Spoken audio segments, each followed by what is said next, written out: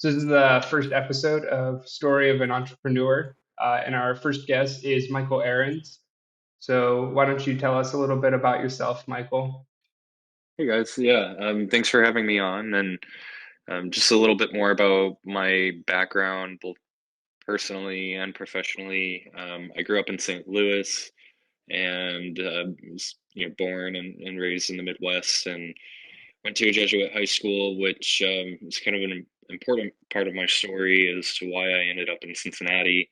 It led me to go to Jesuit University and study entrepreneurship and management, where I ended up starting my first startup, Clean Earth Rovers, which I'm sure we'll talk more about throughout this. But then also played college hockey and had quite a lot of fun doing so. So yeah, really passionate about hockey, really passionate about sustainability and clean tech and all types of different stuff.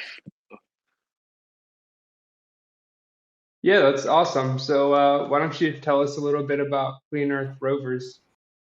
Yeah, so Clean Earth Rovers was something that I had the idea for back in 2017 that uh, essentially was intended to go and tackle plastic pollution in our oceans. And the idea was to do this at a massive scale by sending like ginormous, the initial idea was 60 foot by 60 foot wide and then 20 feet tall autonomous vessels into the middle of the ocean to pull out like 2,000 tons of waste per trip, and they'd go out once a month and come in once a month, and um, yeah, just a very massive tool to try to solve the world's ocean plastics problem, and was very passionate about this, and also dissatisfied with the current solutions that were out there.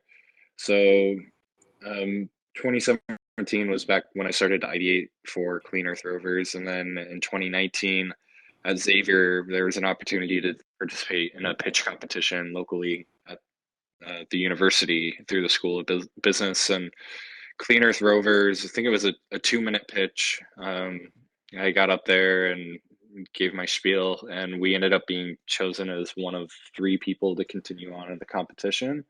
And at that point, they started to urge us to take it more seriously, to add co-founders and whatnot. So that was when my co-founder David came into the picture.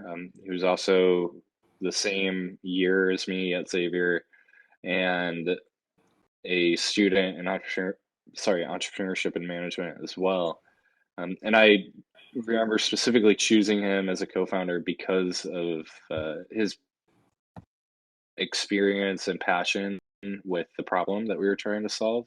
And I knew from past conversations that it was something that he was um, very passionate about. And so that I think was important for us in the early stages, and he's still a part of it today. So um, went from that to then doing some work with the University of Cincinnati, and coming out of it, adding our entrepreneur in residence, Chris, to the team when the idea then shifted from being like building massive robots to go into the middle of the ocean to starting small and finding the business need and the true case that people could actually use it. Um, and it was one of the best suggestions we had because it was completely transformative to our business model. And so today, what it is we're focused specifically on pollution within coastal waterways, both physical and man-made debris, but also chemical toxins that come from the agricultural industry. And what we do is we call it like we provide Roombas for coastal waterways or marinas and coastal businesses.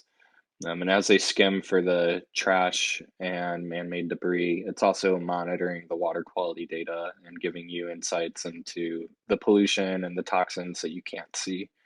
And so that's what we've been working on now for the past, I want to say 2 years, is that mission.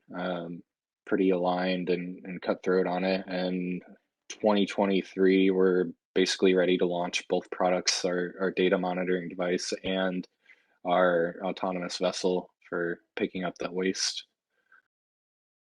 So where's like the main application of your robot? Are you planning to send it out like into the deep ocean or in rivers like the Cincinnati or the Ohio River or what?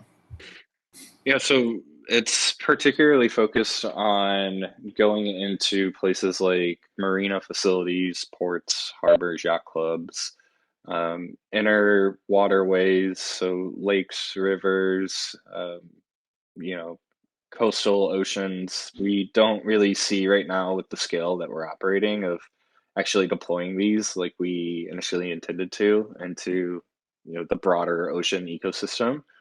Um, but the reason for that is because there's actually a business need where these coastal cities and these coastal businesses like marinas and harbors are the ones that are actually suffering the adverse effects of the pollution and having to clean it by hand, losing customers, getting fined. And then we're also providing them, with the tool to automate that, the tool to um, predict when those things are going to happen and come into the marina, um, and giving them competitive advantages. Right, when you look at the marina industry, um, really all that marinas are fancy parking spots for your boat, and it's hard to differentiate yourself. So using tools like this is a different way to speak to your customers and let them know that you care about sustainability or you're going the extra mile for them and doing what you can to keep your facility and your waterways pristine. Right, right. That's interesting. I was going to mention like the parking lot concept. Like most big parking lots I've been to can get pretty dirty, Hmm. just because so much stuff collects there. There's a lot of people coming in and out. And so I like you thinking there of keep these like marinas clean, and then we can protect the boats and the ships and whatnot, which will reduce the environmental and just resource cost of Hmm. damage to these vehicles. Yeah, yeah, that's something that we're focused on. I mean, we've had potential customers tell us that their boaters get, plastic sucked up into their boat's intake or it wraps around their rudders and things that are actually damaging to the customer, but also, we are just wanting to provide that increase in image as well, right? Like you want your water to be nice. You want to keep your, I don't know, $1 million boat in a place that takes care of itself. So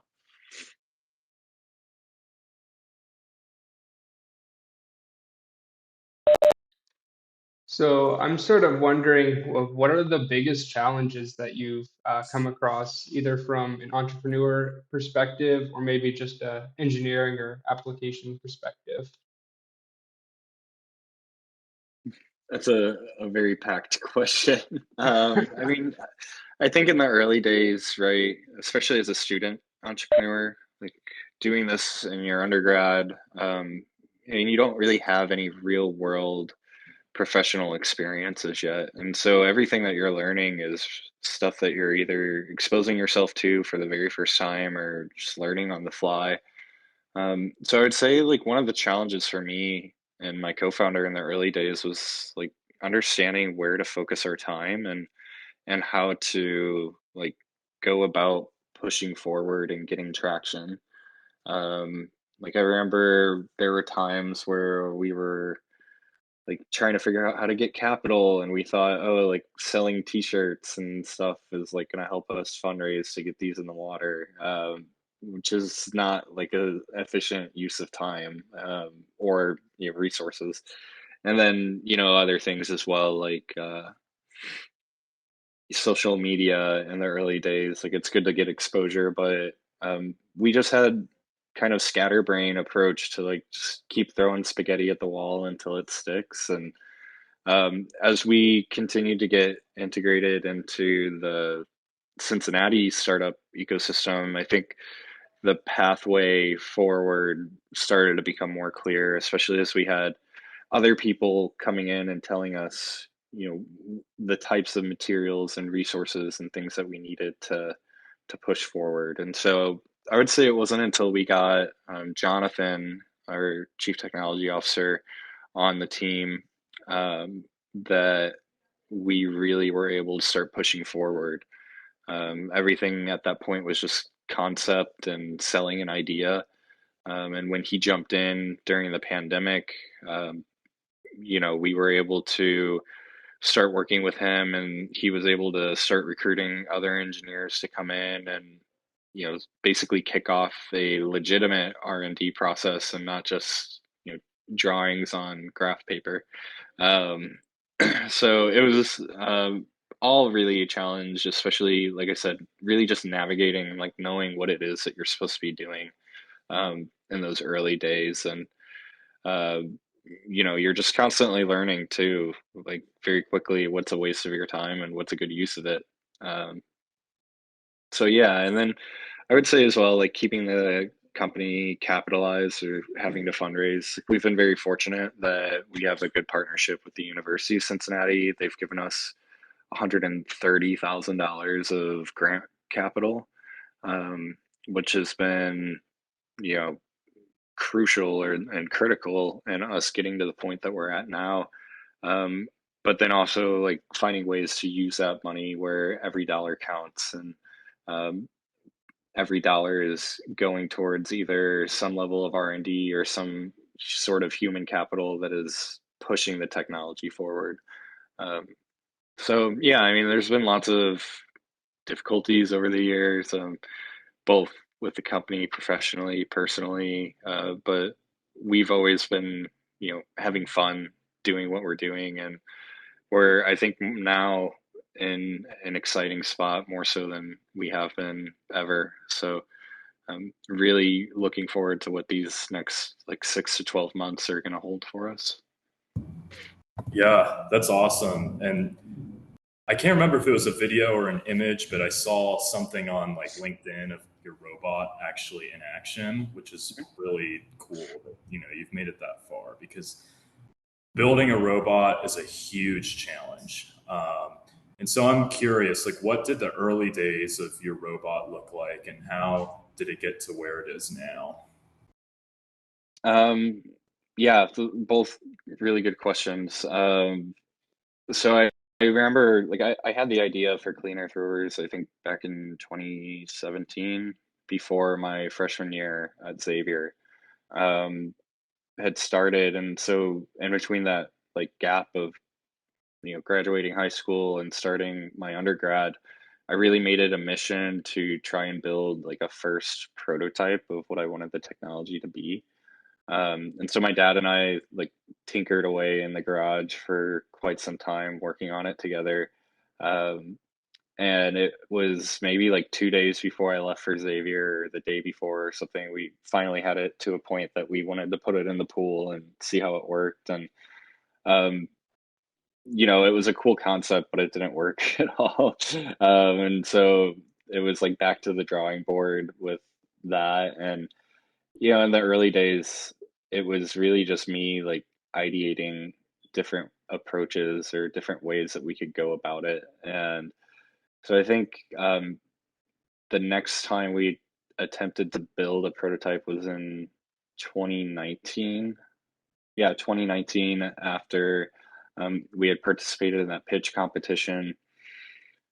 My co-founders and I thought that it would be worthwhile again over that summer for me to take, and I think the budget was like $300, to buy materials and try to build another like minimum viable product or prototype. And um, amazingly, somehow we were able to build like this wooden framed monstrosity that had no propulsion, but also had um, a homemade conveyor belt system and like a solar panel that connected to a car battery, and like something that you could just flick on and off. And that was like prototype number two that we were all excited about and like showed off to everybody, like, here it is, it's in a pool, it's working, and this is the concept, but imagine it 10 times bigger than what it currently is. And um, so that was a lot of fun to work on. But then,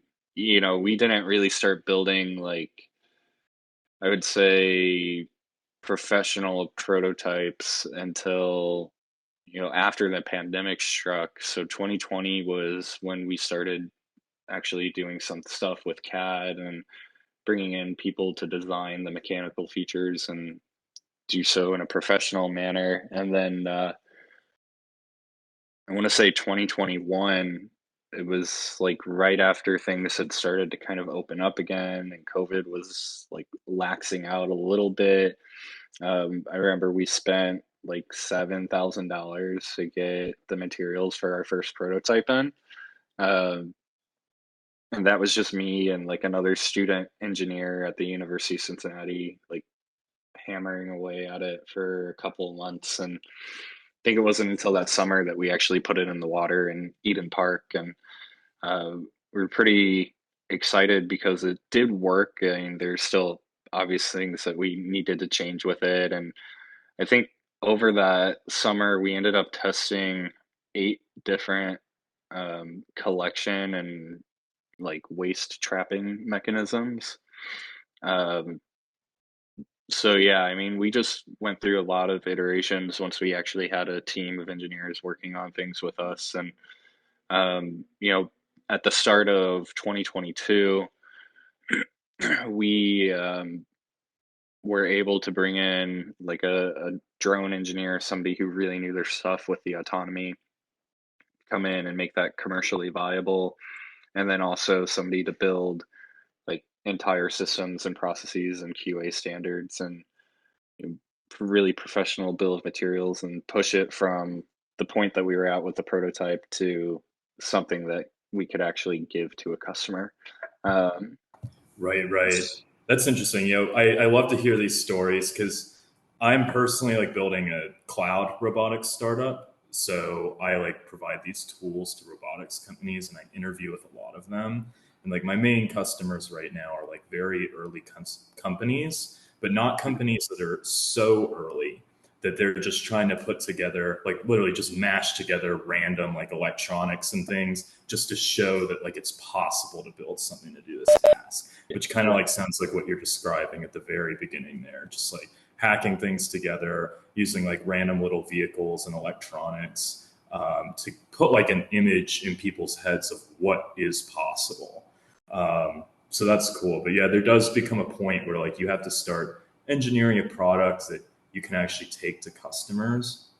What's cool about like robotics though, and like going to investors and everything, is that they don't put the same focus on achieving paying customers at these early stages as say like a SaaS startup. It's more about like technological goals. Like we're going to achieve this goal technologically with this money. We're going to have like these hardware systems in place. We'll be able to handle like these certain situations. And then that'll like justify the next round of funding and so on to where we can get something that we can really deploy in industry.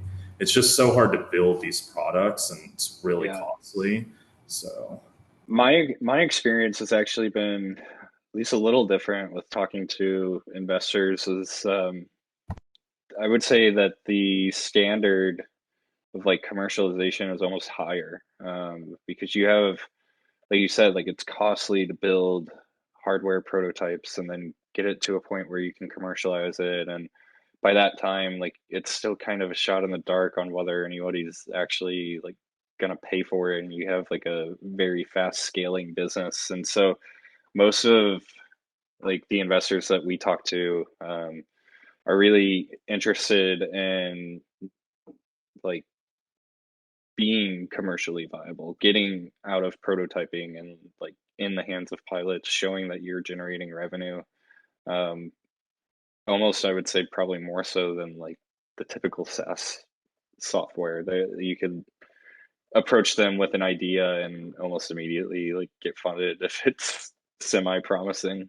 Um, that's interesting. So I'm curious, yeah. like, do you specifically target investors and like venture capitalists who invest in hardware, or have you kind of been like courting a wider audience? Yes and no. Like we court a wider audience. We definitely, of course, like look into VCs that are focused on hardware, right? Like if it's not in their investment thesis, then it's just kind of a waste of time to have that conversation. But also looking simultaneously at VCs that are in the clean tech and sustainability space. And I'd say we almost put an emphasis on that more than we do on the hardware side of things. And there is a lot of overlap, but I would say there probably isn't as much focus in their day to day and the pitches that they hear on like deep hardware technologies, like what we're building. So I mean, there's a mix, but it's a good balance between the clean tech and hardware focused people. Yeah, I feel like this is just like a huge challenge of balancing like commercialization and then building like a product that's really going to be feature complete and solve the problems that you're setting out to achieve. You know, like you can make these tiny iterations that solve smaller problems, but there's usually a bigger end goal in mind.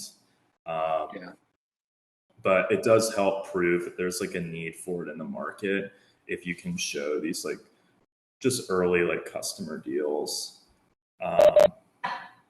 So I'm curious, what's your vision for like the next year of your company? Where are you trying to take it? Are you trying to hire more people to begin engineering more of a robust prototype or what? No, I mean we're at the point now where we have a sellable product, where like we have our first commercially viable prototype. I would say it's with our first customer.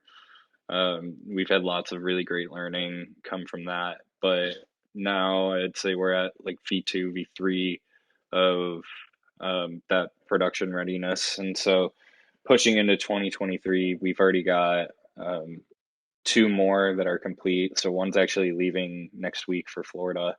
And then the next one I think is going to come out here to me in California where I can showcase it and do demonstrations and things like that. But yeah, I Nice. mean, Sorry to interrupt. Did you build like a remote controlled robot as your initial prototype that you're showing investors and customers, or does it have any like autonomous capabilities?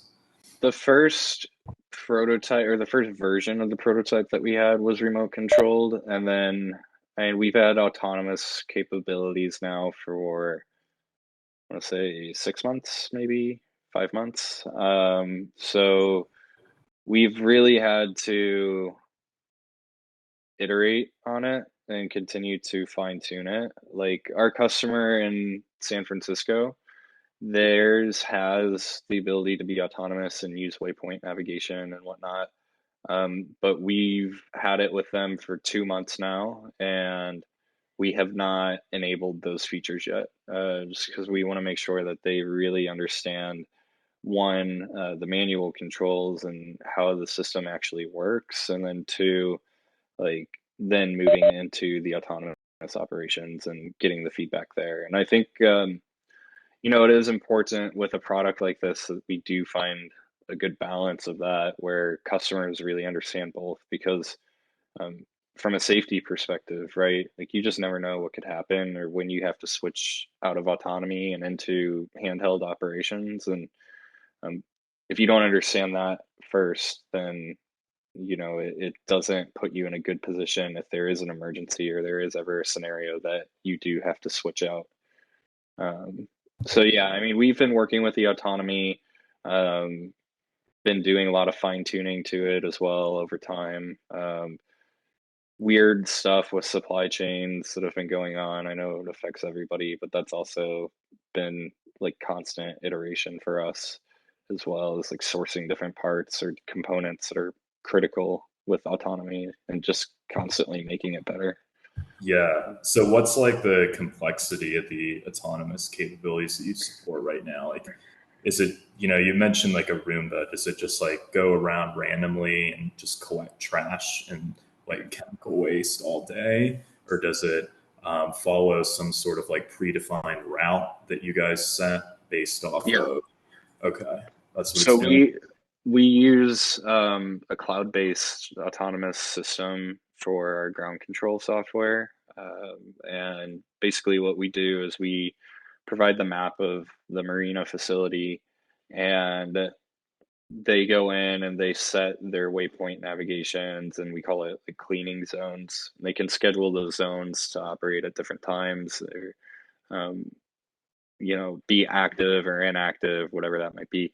Um, but yeah, it follows a set of waypoints that overlap each other, so that it covers the most ground.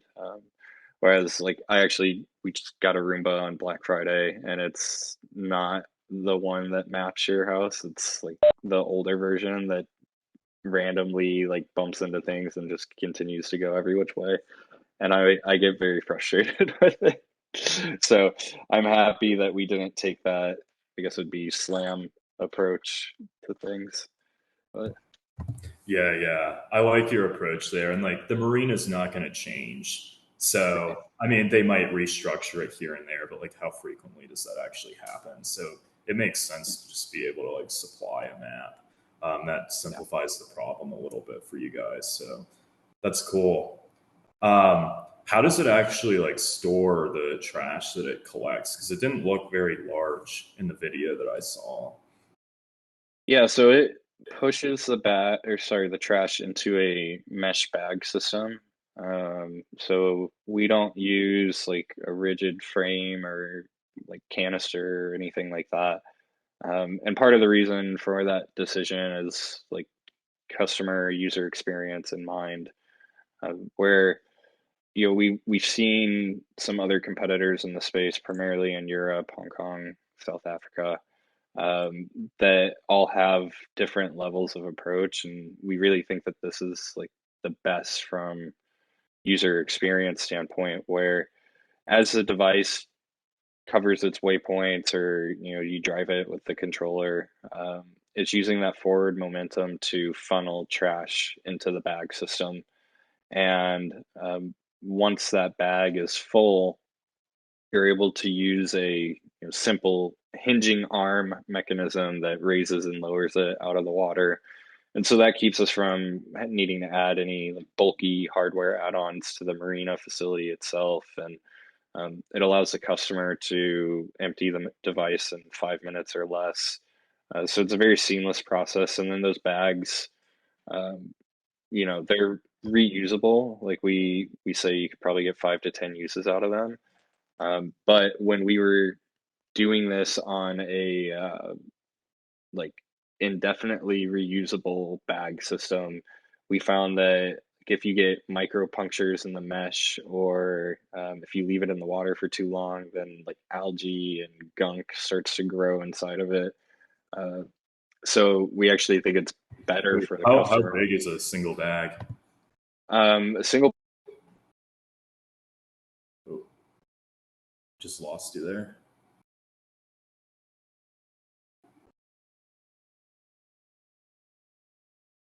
Can you hear me? Yeah, yeah, I can now. Sorry, my headphones died. A single bag can hold 100 pounds of debris, which Wow. we actually had a bag that was designed to hold more.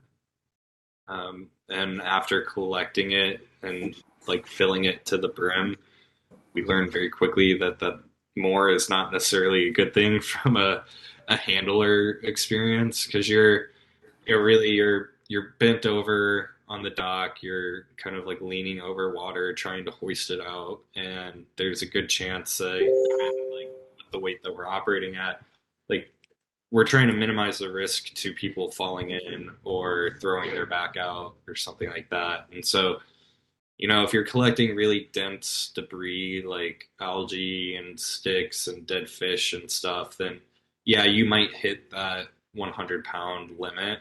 But if you're just collecting plastics and like smaller materials, that's high in volume and low in weight. So you might still fill up that bag and it may only be 20 pounds versus 100 pounds.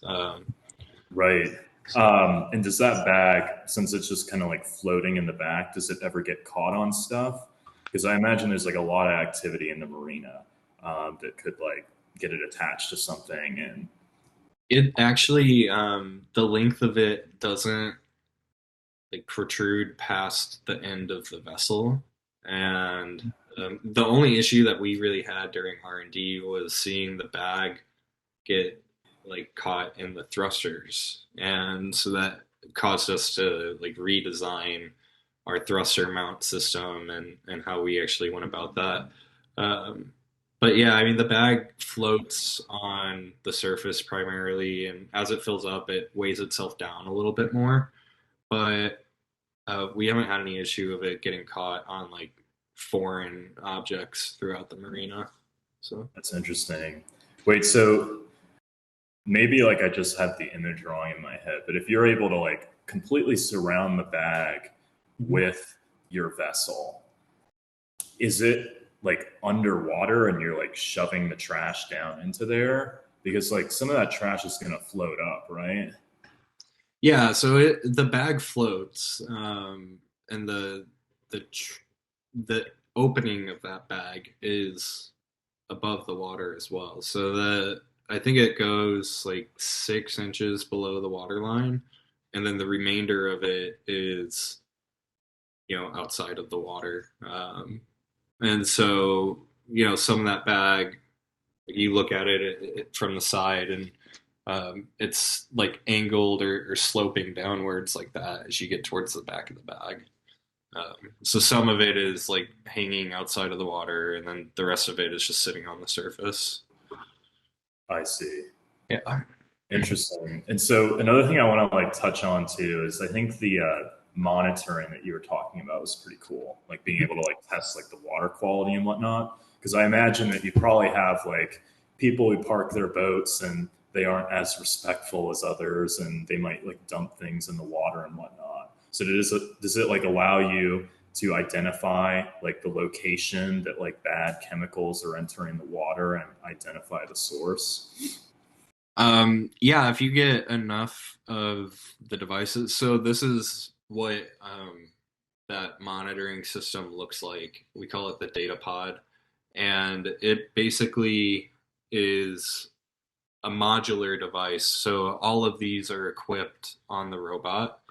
And then we know that we're going to get customer interest for people that are only interested in data, where sorry about that. We know we're only going to get customer interest from people that are only interested in data, not having a robot with it.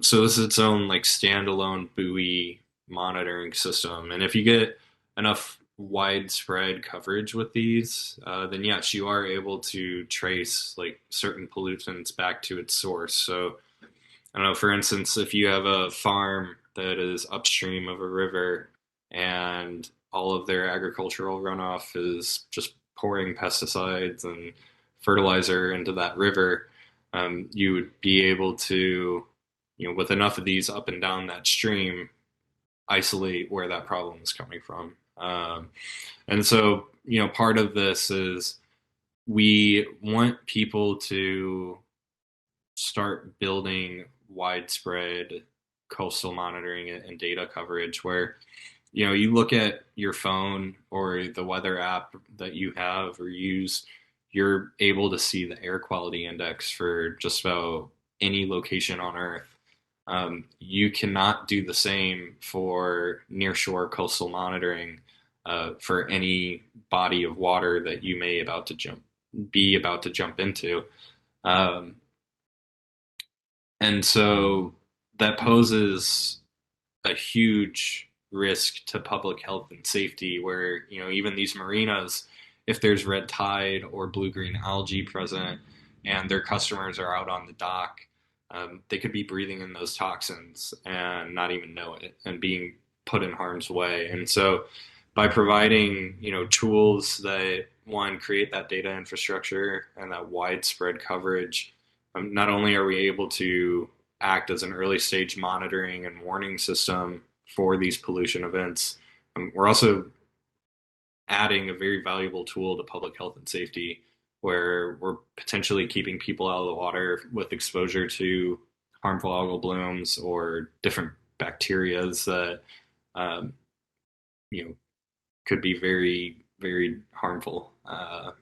Yeah, so that's the idea there is as we not only get more of the robots in the water, we're building that data infrastructure, but then as we continue to talk with municipalities and other groups, we're building that data infrastructure as well. So. Right. So something that I thought was interesting there was like when you were talking about just like general like pollutants being out in the water and being able to trace it back to say like a farm that's dumping pesticides in absurd quantities. Um, it kind of sounds like you almost have two different sets of customers then. Like governments might want to pay for this, like say like Boston to monitor their harbor. Mm-hmm. They could like deploy them out in like just the general area. And then you're going to have like a marina that's more of like a private entity that's going to have like their trash cleaned up around and also just monitor for like algae and whatnot, like you were describing there. Is that right? Yeah, they're definitely two different segments, but there are, the reason we're doing it is because there's mutual and overlapping areas of interest. So when we were doing customer discovery for the robot, we kept hearing from marinas like, oh yeah, and every once in a while the city will ask us if we are monitoring the water quality or things like that. And so when we started to talk to municipalities and other groups, it became clear very quickly that there is a very extreme lack of water quality data. And there's also a need for it. And part of the reason that we haven't been able to build that infrastructure is because it's so costly to do so. Like right now, even the handheld sensors that people are using to walk down to the waterfront and manually take it are about 30 times more expensive than our buoy. So like we've been able to come up with something that is high quality from a data perspective, but also very scalable from an infrastructure perspective. So yeah, like municipalities, research institutions, other places that are interested, like homeowners associations as well, to help us come in and scale that data and boost public health and safety. Right. So this just like popped in my head. I was at like a computer vision conference like a month ago, and somebody was like demoing this like system that they have that could count fish in the water, which is kind of cool. So do you guys like have any goals of maybe adding on more sensors than just like water quality, like cameras, so that way you can see like what sorts of animals are actually like living in the water and kind of keep tabs on them? Yeah, that's a great question. We have actually, within the past couple of weeks, just started talking about different opportunities for more robust data sets, especially on the autonomous vessels. So, like one of our pilot customers, they're interested in getting a set of the buoys out to them, and then also one of our, autonomous robots. And they don't want the robot to clean up trash. They want the robot so they can add more of their like higher level sensors to it, so that when the buoys report something anomalous, they can send the autonomous vessel to check it out with more robust data sets. And so, like, we're seeing opportunities there. We've been talking as well about like building infrastructure around like marine mammal migration movements and things like that to help protect those animals, like adding hydrophones and different things to the robot itself, so that, like I said, people can keep track of that and start building more robust data sets around things that aren't just like generic water quality data, but things that are more specific. And so we're realizing that, yes, we also have like this autonomous robot that picks up trash, but it can be repurposed and used very easily to do other things. So. Right. That's really cool. Like how many different applications you could potentially extend this to. Like you're just building the base level infrastructure for like some sort of water monitoring, and now you can do all sorts of data collection with it. Right. Right.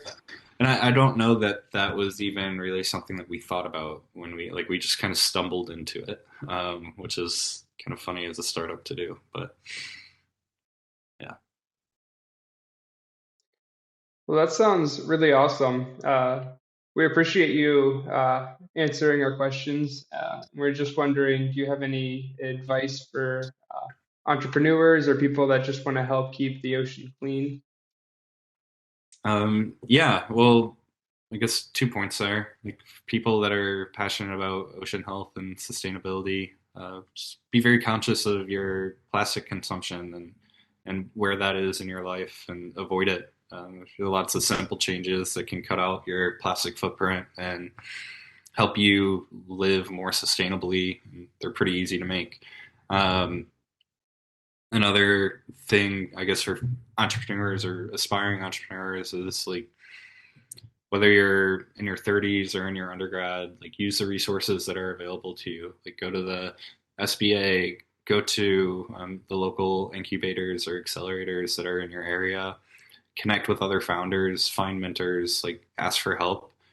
Because I think that people who have experienced what you're about to set out to do are going to be critical in guiding you to really focus your time into the things that matter, especially in the early stage, and help you pull stuff together that you know you may just not know is expected or know to do without that previous experience doing so. So use the resources around you and ask for help.